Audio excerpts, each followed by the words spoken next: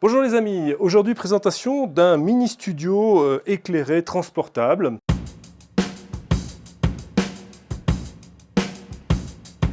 C'est de la marque Orange Monkey, on a la boîte qui est relativement réduite, enfin entendons-nous, hein, ça ne se transporte pas non plus dans un sac à main, mais c'est assez complet, assez intéressant et on va le déballer ensemble et surtout l'utiliser ensemble pour voir un petit peu ce que ça donne au niveau des images.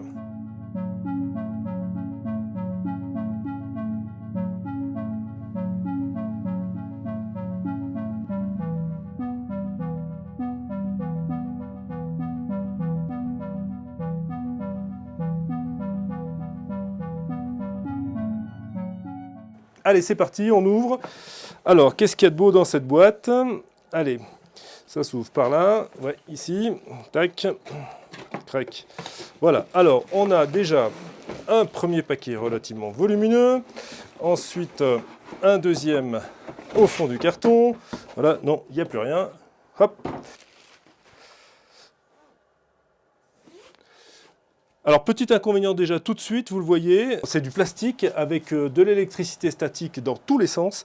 Donc, la moindre poussière, le moindre poil qui traîne, c'est tout bon, c'est sur le mini studio. Et là, on n'a plus qu'à dépoussiérer et nettoyer tout ça, soit tout de suite, soit en post-prod. Voilà les amis, on a donc 4 volets, 1, 2, 3, 4, avec chacun 2 languettes. Au bout des languettes, on a un petit aimant, vous allez voir, c'est très très simple. On vient, hop, tac, toujours les poils, toujours les poussières, c'est dingue, c'est extrêmement statique, ça c'est un vrai problème. Hop, allez, tac, voilà, voilà, vous voyez, c'est vraiment un enfant de 3 ans pourrait y arriver. Tac, et voilà. Alors dans la deuxième petite boîte, comprise dans le gros carton qu'on a vu tout à l'heure, il y a tout simplement l'alimentation, donc avec le bloc secteur, hein, et une particularité, le bloc secteur avec son cordon d'alimentation 220 volts. De l'autre côté, un autre petit cordon qui va sur un contrôleur. Donc on branche de ce côté-là. Et ce contrôleur, on va tout simplement aller le brancher derrière, enfin plutôt sur le sommet. Voilà. Voilà ce que ça donne. Alors ce contrôleur, il a une particularité. Il a 2 sorties. Il y a une petite ici on va brancher directement sur le sommet de la box. Et une deuxième, on verra tout à l'heure à quoi elle sert. Donc là, on a un variateur qui permet de faire d'augmenter ou diminuer l'intensité lumineuse des 3 barrettes LED qui sont positionnées déjà sur la box. Alors ensuite, on a donc dans un tube protégé 2 fonds, un fond noir et un fond blanc. Les 2 fonds présentent des petites scratchs, des petits scratchs qui sont des velcro en fin de compte, qui viennent se mettre positionnés sur le sommet de la box. On va le voir ici. Vous voyez, vous avez ici, là et là un premier scratch, là et là un deuxième, et qui viennent bien évidemment correspondre avec les petits scratchs correspondants sur les fonds. Donc c'est facile à appliquer, je vous montre. On met le premier scratch ici, le deuxième ici. Ensuite on vient appliquer au fond pour bien positionner le fond. Et voilà, vous voyez, avouez que c'est quand même très rapide.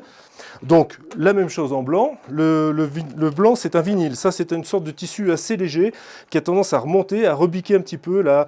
Donc moi j'ai eu tendance à mettre un petit peu de pâte à fixe pour bien le mettre à plat quand je fais du pack shot. Le blanc c'est un vinyle beaucoup plus épais, donc qui lui aussi remonte énormément. Je vais vous montrer ça.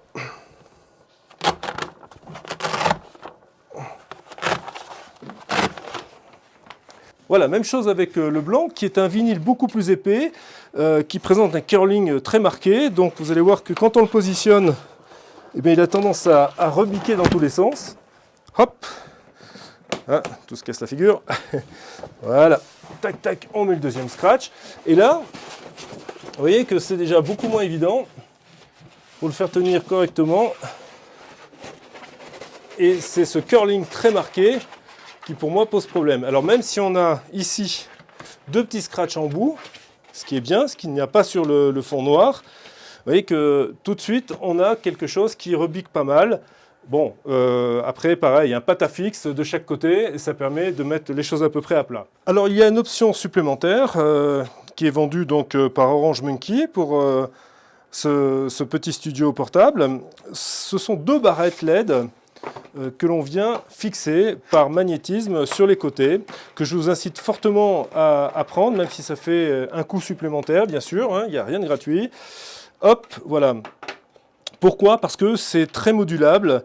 On a vraiment quelque chose qui se fixe d'abord très facilement. Tac, là c'est vraiment très bien. Et c'est là où le contrôleur est utilisé avec sa sortie supplémentaire. Et on branche de l'autre côté. Et on va pouvoir non seulement contrôler indépendamment la lumière des LED que l'on a vu précédemment, hein, des 3 LED qui sont déjà dans la box. Donc là, on peut moduler cette lumière-là. Mais on peut aussi moduler de façon indépendante chacune des barrettes LED qu'on va mettre de chaque côté. Donc je vous mets en route la deuxième. Alors l'inconvénient tout de suite, vous le voyez, c'est tout avec des cordons. Alors ça a un coût relativement raisonnable, hein. Donc les cordons, ils sont quand même relativement envahissants. Mais ça a au moins l'avantage, vous voyez, on module complètement la lumière, à la fois des 2 barrettes latérales et des 3 LED de la box qu'on a vu précédemment. Si on met tout à fond, ça crache, hein. C'est vraiment très efficace et c'est une lumière qui est diffuse, qui est totalement, vous voyez, il n'y a pas beaucoup d'ombre. C'est ça qui est très très intéressant et qu'on va pouvoir moduler à loisir. Alors ensuite, nous avons un autre accessoire, si je puis dire, enfin un accessoire, c'est presque indispensable, c'est la petite table tournante. Donc cette table tournante, elle va vous permettre d'avoir plusieurs fonctions. C'est à la fois... Alors elle existe en 2 dimensions d'abord, hein. C'est une dimension de 25, je crois, et 40 et quelques. Donc à voir ce qui vous convient le plus et ce qui vous permet d'utiliser en fonction un petit peu des objets que vous voulez présenter. Elle a plusieurs vraiment intérêts, cette table. Elle est à la fois rétro-éclairée. Il y a une barrette LED sur l'arrière, donc on va pouvoir avoir soit l'arrière ou l'avant d'ailleurs, ça dépend comment vous la positionnez. Vous allez avoir un éclairage supplémentaire qui peut soit vous mettre un fond en valeur, soit au contraire faire des contrastes. Enfin, on peut jouer avec pas mal de lumières là aussi différentes. Voilà, alors il y a toute une petite procédure pour utiliser cette table. Bien sûr, elle se fait principalement avec l'application sur votre smartphone. Une fois que vous avez chargé l'application, il y a une première application qui est gratuite, qui vous permet d'avoir toutes les fonctions de base, hein, à la fois la rotation, dans un sens, dans un autre, les vitesses, etc. Et puis il y a une application qui est payante, qui n'est pas très chère, je crois 5 ou 6 euros, qui elle permet d'avoir de l'uploading et d'aller charger un petit peu les films que vous avez faits, parce qu'on peut aussi faire du film en 360, on va pouvoir tourner un petit peu autour de l'objet, c'est assez interactif, c'est intéressant. Voilà, nous sommes donc en situation de prise de vue en packshot, hein, classique. Donc sur la petite application, vous avez un certain nombre de réglages possibles qui sont extrêmement intéressants.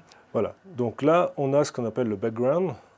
Donc là on va pouvoir avoir la lumière de fond qui va plus ou moins s'intensifier et faire complètement disparaître le fond sans pour autant cramer le sujet. Donc ça, c'est vraiment très très intéressant. Alors pour l'instant, je travaille avec l'iPhone parce que normalement, on peut connecter son réflexe ou son hybride avec l'application. J'ai essayé avec le Nikon Z6, pas moyen. Donc pour l'instant, j'en suis réduit à utiliser l'iPhone en photo. Comme autre réglage possible, on a l'intensité lumineuse. Donc là, c'est aussi pareil, on va avoir le sujet qui va être plus ou moins détouré, plus ou moins séparé du fond. Ensuite, la température couleur. Et puis, là, on a une possibilité de zoomer, de changer un petit peu le rapport d'image, 3/4 ou carré. Donc ça, c'est la version prise de vue photo simple. On a également la prise de vue 360. Alors là, on va sélectionner la vitesse de rotation, là, ici, 1 fois, 2 fois, 3 fois, le nombre d'images. Donc là, on peut varier de 24 à 48. Le sens de rotation, sur la gauche, sur la droite. L'angle complet que l'on veut faire, 90, 180, 360. Et ensuite, il suffit de lancer, hein, c'est assez simple. Et c'est en fait le processeur, enfin l'application, qui va tout simplement prendre le nombre de photos nécessaires pour recréer ensuite une petite animation en 360 ou en 90 ou en 180 degrés selon ce que l'on a choisi. Voilà, donc là c'est fait, donc on va pouvoir aller voir un petit peu ce que l'on a réalisé. Voilà, et là on va pouvoir animer complètement notre prise de vue, vraiment pouvoir voir tous les angles, ce qui est quand même extrêmement intéressant. Donc la vidéo, vous pouvez ensuite l'exporter dans différents modes, différentes façons, classiquement. Alors, autre utilisation plus classique, hein, vous pouvez contrôler simplement le plateau tournant. Donc là, vous pouvez sélectionner, comme tout à l'heure, la vitesse, une fois, deux fois, trois fois, le sens de rotation, dans un sens, dans l'autre sens, ou éventuellement un tour où on laisse tourner à l'infini. Donc le sens left-right, et puis le nombre de degrés que vous allez effectuer, tout simplement. Alors bien évidemment, on peut également faire des prises de vue en photo ou en vidéo classiques avec les différents fonds. On a vu le fond blanc, voici le fond noir. On peut mettre aussi un fond vert en incrustation. Ça marche également très bien. Comme on l'a vu tout à l'heure, bien sûr, hein, on va faire varier son éclairage, à la fois l'éclairage latéral, l'éclairage du fond, arrière, avant. Tout ça est très modulable, très facile à utiliser. C'est vraiment très très agréable. Après, il suffit simplement de choisir un petit peu, en fonction de ce que vous souhaitez faire, le rendu que vous voulez avoir, l'intensité de la lumière, la proximité ou non, puisque les petites barrettes latérales peuvent aussi se déplacer. C'est vraiment agréable et sympa à utiliser. Voilà les amis, nous sommes arrivés au terme de cet essai du Foldio 3 d'Orange Monkey. Alors Foldio 3, pourquoi 3? Parce qu'il y a différentes tailles. Vous verrez qu'il y a des tailles plus réduites qui permettent de prendre des objets un petit peu plus petits, comme des montres par exemple. Ce qu'il faut bien comprendre quand même, c'est que même sur ce modèle qui est un petit peu plus encombrant, c'est vraiment quelque chose que l'on peut déplacer assez facilement, emmener chez un client, et de façon à pouvoir réaliser des prises de vue dans des endroits qui ne sont pas forcément configurés pour le faire, dans des qualités de lumière bien contrôlées et plutôt de bonne qualité. Les points négatifs quand même à reprendre, ce sont d'abord l'électricité statique qui génère beaucoup de poussière, de poils, enfin tout ce qui traîne c'est ramassé, donc à la fois sur la box elle-même, ce qui n'est pas forcément très grave, mais aussi sur les fonds. J'aurais aimé une version sans fil avec des batteries de façon à pouvoir être beaucoup plus libéré par rapport à ces câbles qui traînent un petit peu partout.